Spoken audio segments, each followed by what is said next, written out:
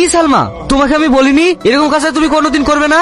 আমরা গরিব মানুষ, আমাদের কথার দাম না থাকতেই পারে, কিন্তু আপনাদের কথার যে দাম নেই সেটা আমি জানতাম না।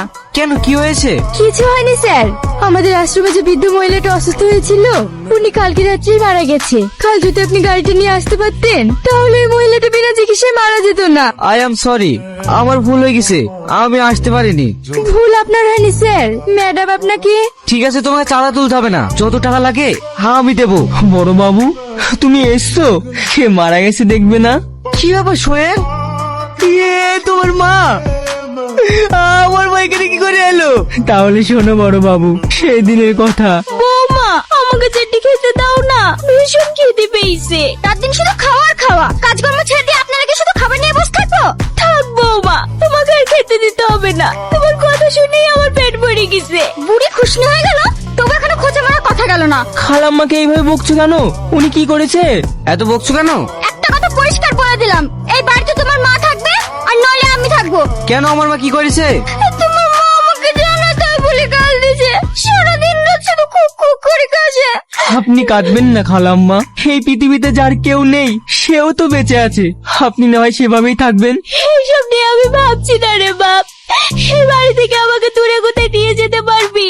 চল না বাপ, এখানে আমার দম বন্ধ হয়ে আসছে।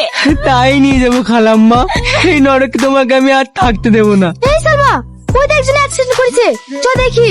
চল চল তাড়াতাড়ি চল। আপনার বাড়ি কোথায়? আমি আপনাকে রেখে আসছি। অনেক কষ্টে আমি খালাম্মাকে ওখান থেকে নিয়ে এসেছি, যদি না আনতাম তাহলে খালাম্মা হয়তো মারা যেত। আপনাদেরকে কোথাও যেতে হবে না। সেই থেকে আমরা এখানেই থাকি বড় বাবু, কাল রাত্রে যদি তুমি আসতে তাহলে খালাম্মা হয়তো মরতো না। তুই চুপ কর সোহেল, চুপ কর। আপনি দুঃখ করবেন না, মা তো সারা জীবন কারোর বেঁচে থাকে না। তুই তোমার ছোট বোনের মতো পারবি না তোর এই ভাইটাকে আশ্রমে একটু জায়গা দিতে? হ্যাঁ ভাই, আপনি পারবেন আমার এই গরিবের আশ্রমে থাকতে। একটা ভাই বোনের মধ্যে সম্পর্ককে আমি কোন চোখে দেখছিলাম, আজ আমার নিজের প্রতি ঘৃণা হচ্ছে। পারলে তুমি আমাকে ক্ষমা করে দিও। তুই এখানে কেনে শিকার লাগিনি, তোর জন্য আমার মা বিনা চিকিৎসায় মারা গেছে। তুই এখান থেকে বেরিয়ে যা, তোর মুখ যেন আমাকে দেখতে না হয়। থাক ভাই এসব কথা, চলেন না ভাই, চাচিমার শেষ কাজটা আমরা সবাই মিলে একসঙ্গে করি।